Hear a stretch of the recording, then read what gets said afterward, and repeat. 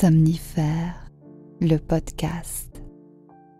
Bonsoir à tous, nous sommes le mercredi 2 juin et Somnifère vous raconte ce soir l'histoire d'un comédien vieillissant qui, à force de jouer des personnages sur scène, peine à ressentir lui-même de vraies émotions. C'est une nouvelle d'Auguste de Villiers de l'Isle-Adam intitulée « Le désir d'être un homme ». Je vous souhaite une excellente nuit et maintenant place à notre séance de relaxation. La séance de relaxation.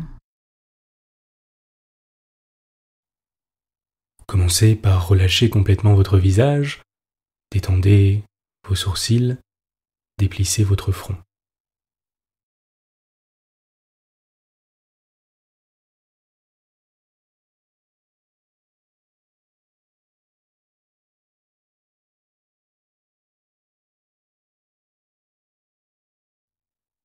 Prenez quelques instants pour détendre tous les muscles de votre visage.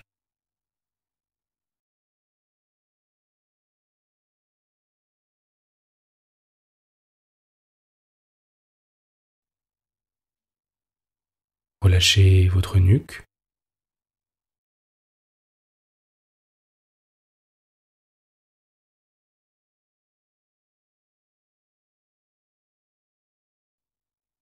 Votre dos.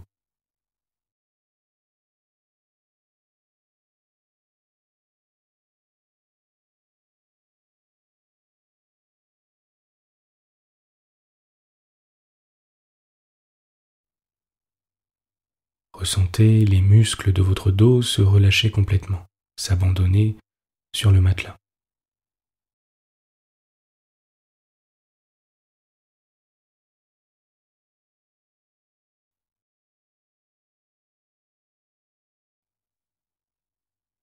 Vos bras et vos mains sont confortablement posés sur le matelas, calmes et détendus.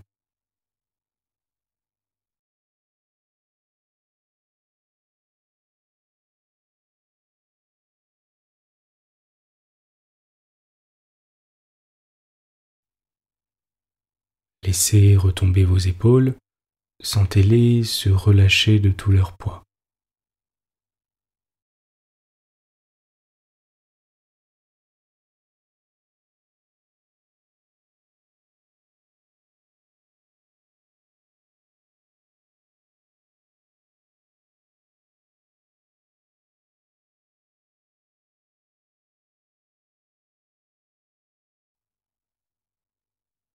Prenez une grande inspiration par le nez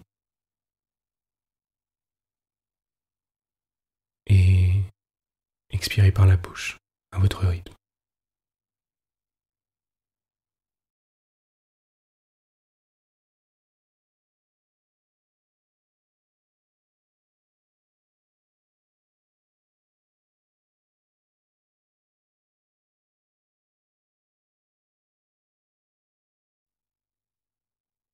Détendez vos hanches,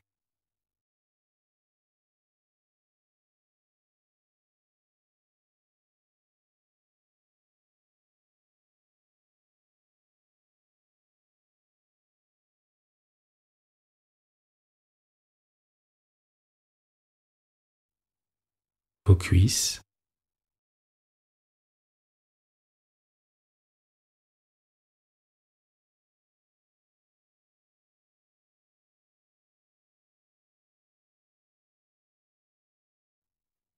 vos jambes,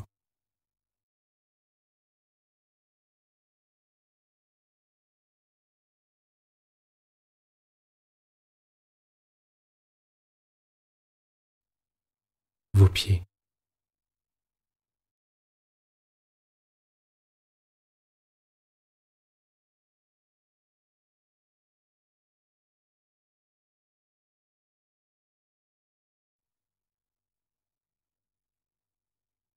Concentrez-vous sur l'air qui entre et sort de vos poumons. Ne cherchez pas à respirer lentement ou profondément. Laissez-vous juste aller à respirer naturellement et observer vos sensations.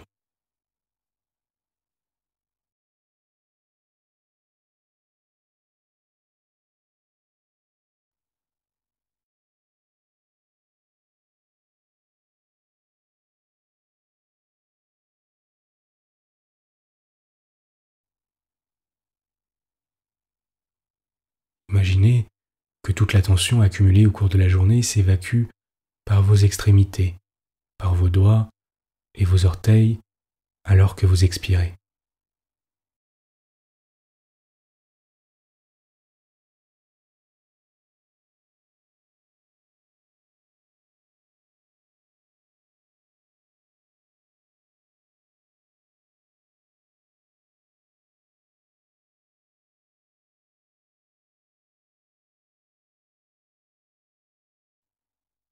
Vous pouvez sentir la tension alors qu'elle traverse vos mains et vos pieds avant de s'évader.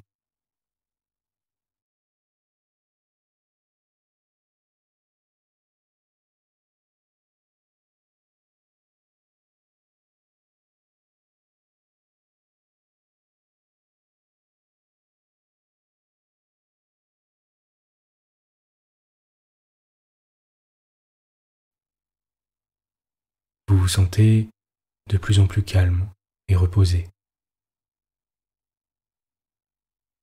Sentez vos paupières reposer lourdement sur vos orbites et comme il est confortable de reposer vos yeux, de leur donner un temps de répit pour la nuit, de les mettre au repos.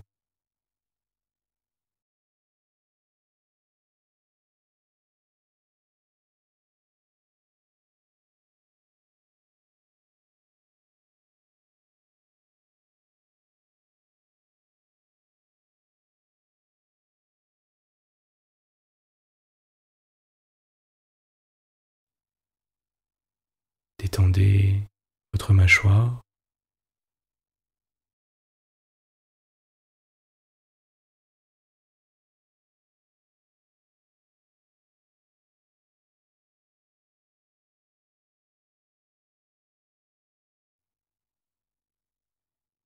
sentez comme votre visage semble plus frais que le reste de votre corps, comme cela est agréable.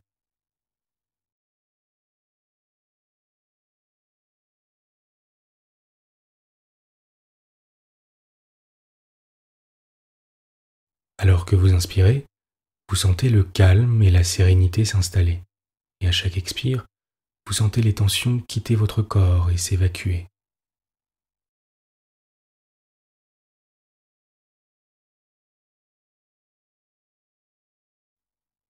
Vous vous sentez de plus en plus calme et reposé.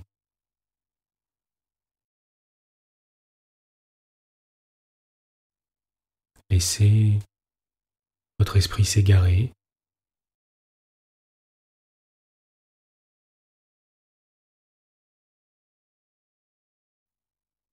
Observez les sensations de votre corps.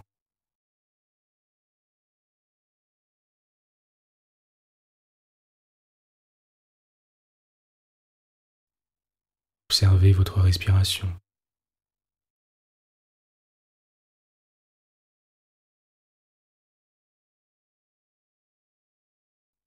Observez les appuis de votre corps contre le matelas.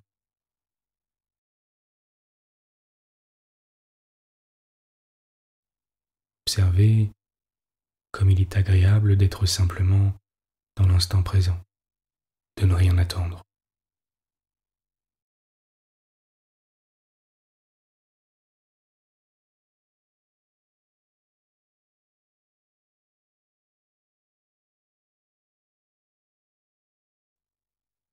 À présent, prenez un moment pour méditer, c'est-à-dire de ne vous concentrer que sur votre respiration et sur l'air qui entre et sort de vos narines.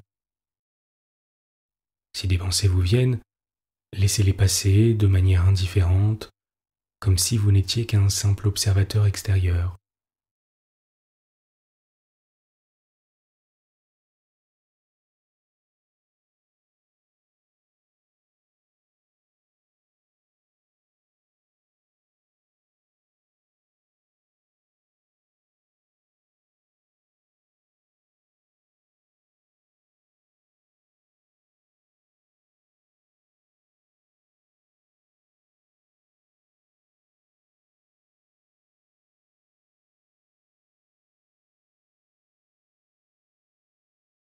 et recentrez votre attention sur votre respiration, sur la température de l'air, sur les sensations que l'air vous procure en se frottant aux parois internes de vos narines, alors qu'un bien-être vous envahit.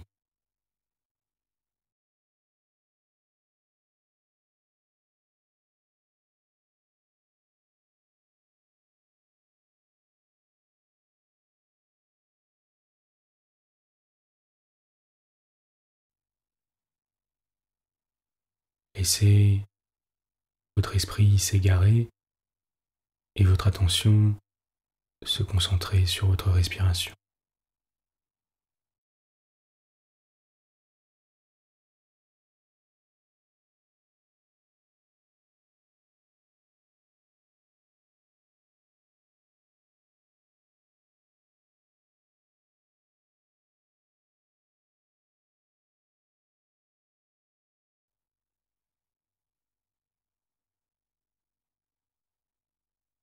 Vous êtes calme et détendu.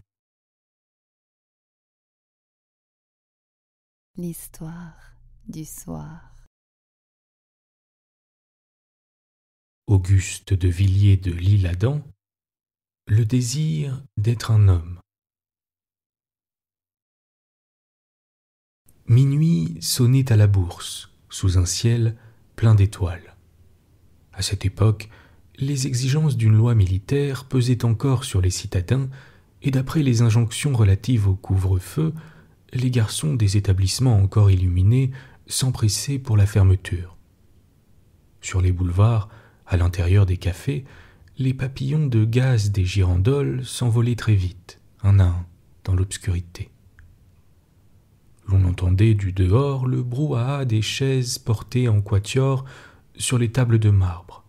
C'était l'instant psychologique où chaque limonadier juge à propos d'indiquer d'un bras terminé par une serviette les fourches codines de la porte basse au dernier consommateur. Ce dimanche-là sifflait le triste vent d'octobre. De rares feuilles jaunies, poussiéreuses et bruissantes, filaient dans les rafales, heurtant les pierres, rasant l'asphalte, puis semblances de chauves-souris disparaissaient dans l'ombre, éveillant ainsi l'idée de jour banal à jamais vécu. Les théâtres du boulevard du Crime, où pendant la soirée s'étaient entrepoignardés à l'envi tous les Médicis, tous les Salviati et tous les Montfeltre, se dressaient, repères du silence, aux portes muettes gardées par leurs cariatides. Voitures et piétons, d'instant en instant, devenaient plus rares. Ça et là, de sceptiques falots de chiffonniers luisaient déjà phosphorescences dégagées par les tas d'ordures au-dessus desquels ils erraient. À la hauteur de la rue Hauteville, sous un réverbère à l'angle d'un café d'assez luxueuse apparence, un grand passant à physionomie saturnienne, au menton glabre, à la démarche somnambulesque, s'était arrêté comme s'il eût machinalement hésité à franchir la chaussée qui le séparait du boulevard Bonne-Nouvelle. Ce personnage attardé regagnait-il son domicile? Les seuls hasards d'une promenade nocturne l'avait-il conduit à ce coin de rue? Il eût été difficile de le préciser à son aspect.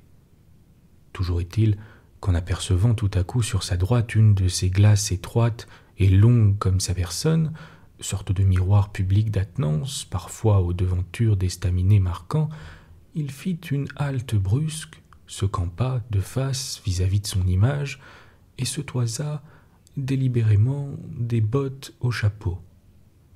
Puis soudain, levant son feutre d'un geste qui sentait son autrefois, il se salua non sans quelque courtoisie. Sa tête, ainsi découverte à l'improviste, permit alors de reconnaître l'illustre tragédien Esprit Chaudeval, né le Peinteur, dit Monanteuil, rejeton d'une très digne famille de pilotes malouins, et que les mystères de la destinée avaient induit à devenir grand premier rôle de province, tête d'affiche à l'étranger, et rival souvent heureux de notre Frédéric Lemaître. Pendant qu'il se considérait avec cette sorte de stupeur, les garçons du café voisin endossaient les pardessus aux derniers habitués, leur désaccrochaient les chapeaux. D'autres renversaient bruyamment le contenu des tirelires de nickel et empilaient en rond sur un plateau le billon de la journée. Cette hâte, cet effarement provenaient de la présence menaçante de 2 subits sergents de ville qui, debout sur le seuil et les bras croisés, harcelaient de leur froid regard le patron retardataire. Bientôt, les auvents furent boulonnés dans leur châssis de fer, à l'exception du volet de la glace qui, par une inadvertance étrange, fut omis au milieu de la précipitation générale. Puis le boulevard devint très silencieux. Chaudval, seul, inattentif à toute cette disparition, était demeuré dans son attitude extatique au coin de la rue Hauteville, sur le trottoir, devant la glace oubliée. Ce miroir livide et lunaire paraissait donner à l'artiste la sensation que celui-ci eût éprouvée en se baignant dans un étang. Chauvedal frissonnait. Hélas, disons-le, en ce cristal cruel et sombre, le comédien venait de s'apercevoir vieillissant. Il constatait que ses cheveux, hier encore poivre et sel, tournaient au clair de lune. C'en était fait. Adieu rappel et couronne, adieu rose de Thalie, laurier de Melpomène. Chaudval, brusquement conscient de la cinquantaine, soupira. Un brouillard lui passa devant les yeux. Une espèce de fièvre hivernale le saisit et l'hallucination dilata ses prunelles. La fixité hagarde avec laquelle il sondait la glace providentielle finit par donner à ses pupilles cette faculté d'agrandir les objets et de les saturer de solennité, que les physiologistes ont constaté chez les individus frappés d'une émotion très intense. Le long miroir se déforma donc sous ses yeux. Des souvenirs d'enfance, de plages et de flots argentés lui dansèrent dans la cervelle. Et ce miroir, sans doute à cause des étoiles qui en approfondissaient la surface, lui causa d'abord la sensation de l'eau dormante d'un golfe. Il secoua ce vertige et se redressa dans sa haute taille avec un éclat de rire nerveux, faux et amer, qui fit tressaillir sous les arbres les 2 sergents de la ville. Fort heureusement pour l'artiste, ceux-ci, croyant à quelque vague ivrogne, à quelque amoureux déçu peut-être, continuèrent leur promenade officielle sans accorder plus d'importance au misérable Chaudval. « Bien, renonçons, dit-il simplement et à voix basse, comme le condamné à mort qui, subitement réveillé, dit au bourreau « Je suis à vous, mon ami ». Le vieux comédien s'aventura dès lors en un monologue avec une prostration hébétée. « J'ai prudemment agi, continua-t-il, quand j'ai chargé l'autre soir mademoiselle Pinson, ma bonne camarade, de m'obtenir entre 2 aveux brûlants cette place de gardien de phare dont jouissaient mes pères sur les côtes ponantaises. Et tiens, je comprends l'effet bizarre que m'a produit ce réverbère dans cette glace. C'était mon arrière-pensée. Pinson va m'envoyer mon brevet, c'est sûr, et j'irai donc me retirer dans mon phare comme un rat dans un fromage. J'éclairerai les vaisseaux au loin sur la mer, un phare. Cela vous a toujours l'air d'un décor. Je suis seul au monde, c'est l'asile qui décidément convient à mes vieux jours. » Tout à coup, Chaudval interrompit sa rêverie. « Ah ça !» dit-il en se tâtant la poitrine sous sa houppelande. « Mais cette lettre remise par le facteur au moment où je sortais, c'est sans doute la réponse. Comment ? J'allais entrer au café pour la lire et je l'oublie. » Chaudval venait d'extraire de sa poche une large enveloppe d'où s'échappa sitôt rompu un pli ministériel qu'il ramassa fiévreusement et parcourut d'un coup d'œil sous le rouge feu du réverbère. « Mon phare, mon brevet !» s'écria-t-il. « Sauvé, mon Dieu !»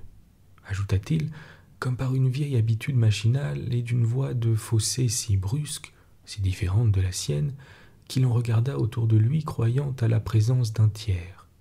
« Allons, du calme, et soyons hommes, reprit-il bientôt.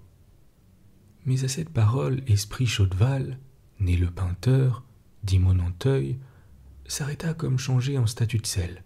Ce mot semblait l'avoir immobilisé. « Hein » continua-t-il après un silence. « Que viens-je de souhaiter là? D'être un homme? Après tout, pourquoi pas ?» Il croisa les bras réfléchissant. « Voici près d'un demi-siècle que je représente, que je joue les passions des autres sans jamais les éprouver. Car au fond, je n'ai jamais rien éprouvé. Je ne suis donc le semblable de ces autres que pour rire. Je ne suis donc qu'une ombre. Les passions, les sentiments, les actes réels, voilà ce qui constitue l'homme proprement dit. Donc, puisque l'âge me force de rentrer dans l'humanité, je dois me procurer des passions ou quelques sentiments réels, puisque c'est la condition sine qua non, sans laquelle on ne saurait prétendre au titre d'homme. Voilà qui est solidement raisonné, cela crève de bon sens. Choisissons donc d'éprouver celle qui sera le plus en rapport avec ma nature enfin ressuscitée. » Il médita, puis reprit mélancoliquement. « L'amour, trop tard. La gloire, je l'ai connue. L'ambition, laissons cela aux hommes d'État. » Tout à coup, il poussa un cri. « J'y suis, dit-il, le remords. Voilà qui sied à mon tempérament dramatique. Pour éprouver des remords, il faut avoir commis des crimes. Eh bien, va pour des crimes. Qu'est-ce que cela fait, du moment que ce sera pour le bon motif? Oui. » Chaudval ramassa un pavé et le lança contre la glace qui se brisa en 1000 épaves rayonnantes. Ce premier devoir accompli, et se sauvant à la hâte comme satisfait de cette première mais énergique action d'éclat, Chaudval se précipita vers les boulevards où quelques minutes après, sur ces signaux, une voiture s'arrêta dans laquelle il sauta et disparut. 2 heures après, les flamboiements d'un sinistre immense, jaillissant de grands magasins de pétrole, d'huile et d'allumettes, se répercutaient sur toutes les vitres du faubourg du Temple. Bientôt, les escouades des pompiers, roulant et poussant leurs appareils, accoururent de tous les côtés, et leurs trompettes, envoyant des cris lugubres, réveillaient en sursaut les citadins de ce quartier populeux. D'innombrables pas précipités retentissaient sur les trottoirs, la foule encombrait la grande place du château d'eau et les rues voisines. Déjà, les chaînes s'organisaient en hâte. En moins d'un quart d'heure, un détachement de troupes formait cordon aux alentours de l'incendie. Des policiers, aux lueurs sanglantes des torches, maintenaient l'affluence humaine aux environs. Le surlendemain au soir, Chaudval, arrivé à destination sans encombre, prenait possession de son vieux phare désolé, situé sur nos côtes septentrionales. Flamme en désuétude sur une bâtisse en ruine, et qu'une compassion ministérielle avait ravivé pour lui. À peine si le signal pouvait être d'une utilité quelconque, ce n'était qu'une superfétation, une sinécure, un logement avec un feu sur la tête et dont tout le monde pouvait se passer, sauf le seul Chaudval. Donc le digne tragédien, y ayant transporté sa couche, des vivres et un grand miroir pour y étudier ses effets de physionomie, s'y enferma sur le champ à l'abri de tout soupçon humain. Autour de lui se plaignait la mer, où le vieil abîme des cieux baignait ses stellaires clartés. Il regardait les flots assaillir sa tour sous les sautes du vent, comme la stylite pouvait contempler les sables s'éperdre contre sa colonne au souffle du chimiel. Au loin, il suivait d'un regard sans penser la fumée des bâtiments ou les voiles des pêcheurs. À chaque instant, ce rêveur oubliait son incendie. Il montait et descendait l'escalier de pierre. Le soir du 3e jour, le peintre, disons-nous, assis dans sa chambre, à 60 pieds au-dessus des flots, relisait un journal de Paris où l'histoire du grand sinistre, arrivé l'avant-veille, était retracée. Un malfaiteur inconnu avait jeté quelques allumettes dans les caves de pétrole. Un monstrueux incendie qui avait tenu sur pied toute la nuit les pompiers et le peuple des quartiers environnants s'était déclaré au faubourg du Temple. On ignorait le nom du misérable qui avait commis ce forfait et surtout le mobile du criminel. À cette lecture, Chaudval sauta de joie et se frottant fiévreusement les mains s'écria « Quel succès! Quel merveilleux scélérat je suis! Vais-je être assez hanté? Que de spectres je vais voir! Je savais bien que je deviendrais un homme. Ah, le moyen a été dur, j'en conviens, mais il le fallait. Il le fallait. » En relisant la feuille parisienne, comme il y était mentionné qu'une représentation extraordinaire serait donnée au bénéfice des incendiés, Chaudval murmura « Tiens, j'aurais dû prêter le concours de mon talent au bénéfice de mes victimes. C'eût été ma soirée d'adieu. J'eusse déclamé au reste, j'eusse été bien nature. » Là-dessus, Chaudval commença de vivre dans son phare, et les soirs tombèrent, se succédèrent, et les nuits. Bonne nuit. Bonne nuit.